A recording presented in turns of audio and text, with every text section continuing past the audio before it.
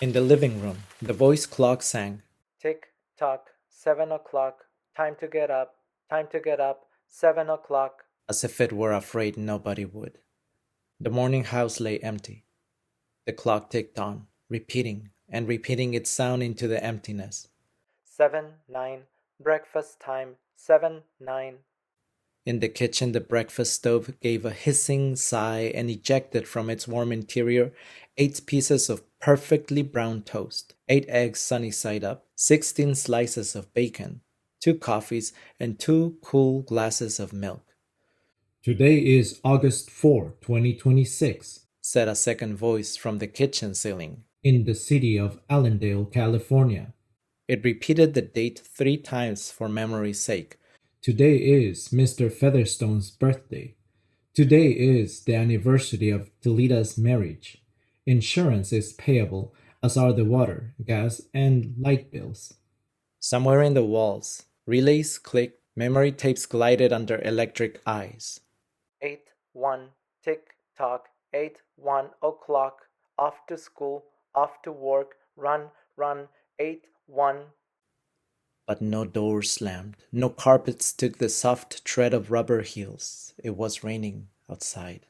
The weather box on the front door sang quietly, Rain, rain, go away. Rubbers, raincoats for today. and the rain tapped on the empty house, echoing. Outside, the garage chimed and lifted its door to reveal the waiting car. After a long wait, the door swung down again. At 8:30 the eggs were shriveled and the toast was like stone.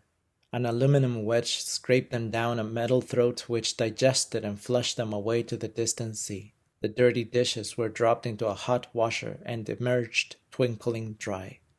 9:15, sang the clock. Time to clean. Out of warrens in the wall, tiny robot mice darted. The rooms were a crawl with small cleaning animals, all rubber and metal. They thudded against chairs, whirling their mustached runners, knitting the rug nap, sucking gently at hidden dust. Then, like mysterious invaders, they popped into their burrows. Their pink electric eyes faded. The house was clean. 10 o'clock. The sun came out from behind the rain. The house stood alone in a city of rubble and ashes. This was the one house left standing. At night, the ruined city gave off a radioactive glow which could be seen for miles. 10:15. The garden sprinklers swirled up in golden founts, filling the soft morning air with scattering of brightness. The water pelted window panes, running down the charred west side where the house had been burned evenly free of its white paint. The entire west face of the house was black, save for 5 places. Here the silhouette in paint of a man mowing a lawn. Here, as in a photograph, a woman bent to pick flowers. Still farther over, their images burned on wood in one titanic instant. A small boy, hands flung into the air. Higher up, the image of thrown ball. And opposite him a girl, hands raised to catch a ball which never came down. The 5 spots of paint, the man, the woman, the children, the ball, remained. The rest was a thin charcoal layer. The gentle sprinkler rain filled the garden with falling light. Until this day, how well the house had kept its peace. How carefully it had inquired, Who goes there? What's the password? and getting no answer from the only foxes and whining cats, it had shut up its windows and drawn shades in an old maidenly preoccupation with self-protection which bordered on a mechanical paranoia. It quivered at each sound, the house did. If a sparrow brushed the window, the shade snapped up. The bird startled flew off. No, not even a bird must touch the house. The house was an altar with 10,000 attendants, big, small, servicing, attending in choirs. But the gods had gone away and the ritual of the religion continued senselessly, uselessly. 12 noon. A dog whined, shivering on the front porch. The front door recognized the dog voice and opened. The dog, once large and fleshy but now gone to bone and covered with sores, moved in and through the house, tracking mud, Behind it, weird, angry mice, angry at having to pick up mud, angry at inconvenience. For not a leaf fragment blew under the door, but what the wall panels flipped open and the copper scrap rats flashed swiftly out. The offending dust, hair, or paper, seized in miniature steel jaws, was raced back to the burrows. There, down tubes which fed into the cellar, it was dropped like evil ball in a dark corner. The dog ran upstairs, hysterically, yelping to each door, at last realizing, as the house realized, that only silence was there. It sniffed the air and scratched the kitchen door. Behind the door, the stove was making pancakes, which filled the house with a rich odor and the scent of maple syrup. The dog frothed at the mouth, lying at the door, sniffing, its eyes turned to fire. It ran wildly in circles, biting at its tail, spun in a frenzy, and died. It lay in the parlor for an hour. 2 o'clock, sang a voice. Delicately sensing decay at last, the regiments of mice hummed out as softly as blown gray leaves in an electrical wind. 2:15. The dog was gone. In the cellar, the incinerator glowed suddenly, and a world of sparks leaped up the chimney. 2:35. Bridge tables sprouted from patio walls. Playing cards fluttered onto pads in a shower of pips. Martinis manifested on an oaken bench with egg salad sandwiches. Music played, but the tables were silent and the cards untouched. At 4 o'clock, the tables folded like great butterflies back through the paneled walls. 4:30. The nursery walls glowed. Animals took shape. Yellow giraffes, blue lions, pink antelopes, lilac panthers cavorting in crystal substance. The walls were glass. They looked out upon color and fantasy. Hidden films clocked through the well-oiled sprockets, and the walls lived. The nursery floor was woven to resemble a crisp cereal meadow. Over this ran aluminum roaches and iron crickets, and in the hot still air butterflies of delicate red tissue wavered among the sharp aroma of animal spores. There was the sound like a great matted yellow hive of bees within a dark bellows, the lazy bumble of a purring lion. And there was the patter of okapi feet and the murmur of a fresh jungle rain, like other hoofs falling upon the summer's starched grass. Now the walls dissolved into distances of parched weed, mile on mile, and warm, endless sky. The animals drew away into thorn breaks and water holes. It was the children's hour. 5 o'clock. The bath filled with clear hot water.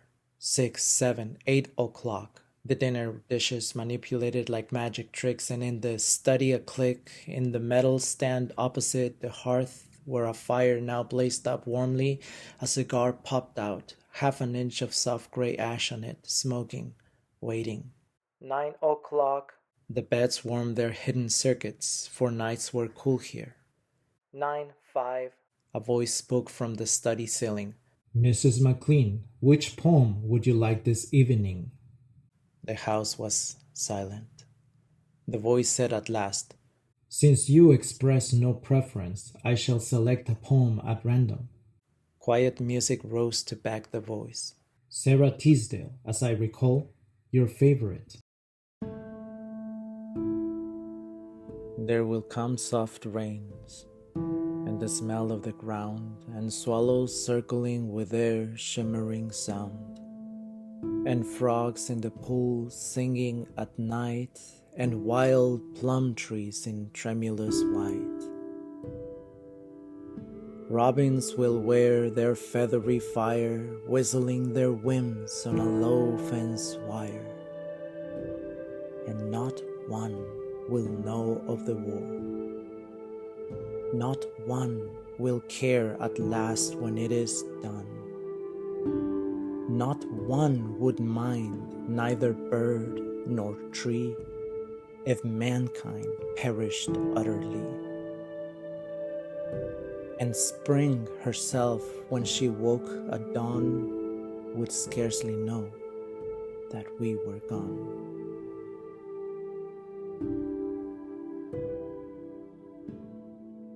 The fire burned on the stone hearth and the cigar fell away into a mound of quiet ash on its tray. The empty chairs faced each other between the silent walls and the music played. At 10 o'clock the house began to die. The wind blew. A falling tree bough crashed through the kitchen window. Cleaning solvent, bottled, shattered over the stove. The room was ablaze in an instant. Fire! Screamed a voice. The house lights flashed. Water pumps shot water from the ceilings, but the solvent spread on the linoleum, licking, eating under the kitchen door, while the voices took it up in chorus. Fire! Fire! Fire! The house tried to save itself. Doors sprang tightly shut, but the windows were broken by the heat, and the wind blew and sucked upon the fire. The house gave ground as the fire in 10 billion angry sparks moved with flaming ease from room to room and then up the stairs, while scurrying water rats squeaked from the walls, pistoled their water, and ran for more, and the wall sprays let down showers of mechanical rain. But too late. Somewhere, sighing, a pump shrugged to a stop. The quenching rain ceased. The reserve water supply, which filled the baths and washed the dishes for many quiet days, was gone. The fire crackled up the stairs. It fed upon Picassos and Matisses in the upper halls like delicacies, baking off the oily flesh, tenderly crisping the canvases into black shavings. Now the fire lay in beds, stood in windows, changed the color of drapes, and then reinforcements. From attic trapdoors, blind robot faces peered down with faucet mouths gushing green chemical. The fire backed off, as even an elephant must at the sight of a dead snake. Now there were 20 snakes whipping over the floor, killing the fire with a clear, cold venom of green froth. But the fire was clever. It had sent flames outside the house, up through the attic to the pumps there. An explosion! The attic brain which directed the pumps was shattered into bronze shrapnel on the beams. The fire rushed back in every closet and felt of the clothes that hung there. The house shuddered, oak bone on bone, its bared skeleton cringing from the heat, its wire, its nerves revealed as if a surgeon had torn the skin off to let the red veins and capillaries quiver in the scalded air. Help! Help! Fire! Run! Run! He'd snapped mirrors like the first brittle winter eyes, and the voice wailed, Fire! Fire! Run! Run! Like a tragic nursery rhyme, a dozen voices, high, low, like children dying in a forest, alone, alone. And the voices fading as the wires popped their sheathings like hot chestnuts. 1, 2, 3, 4, 5 voices died. In the nursery the jungle burned. Blue lions roared. Purple giraffes bounded off. The panthers ran in circles, changing color, and 10 million animals running before the fire vanished off toward a distant steaming river. 10 more voices died.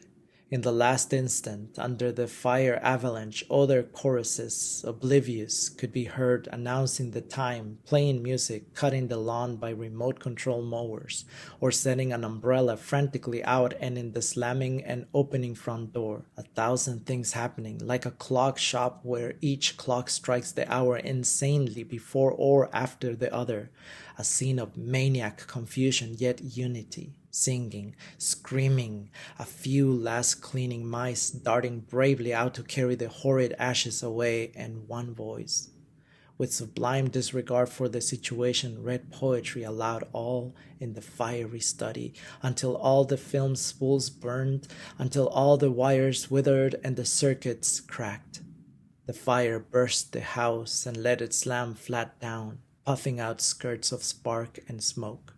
In the kitchen, an instant before the rain of fire and timber, the stove could be seen making breakfast at a psychopathic rate, 10 dozen eggs, 6 loaves of toast, 20 dozen bacon strips, which, eaten by the fire, started the stove working again, hysterically hissing. The crash, the attic smashing into the kitchen and the parlor into cellar, cellar into subcellar.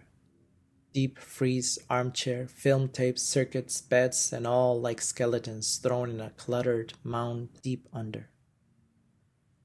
smoke and silence, a great quantity of smoke. Dawn showed faintly in the east. Among the ruins, one wall stood alone. Within the wall, a last voice said over and over again and again, even as the sun rose to shine upon the heaped rubble and steam. Today is August 5th, 2026. Today is August 5th, 2026. Today is August 5th, 2026. Today is August 5th, 2026.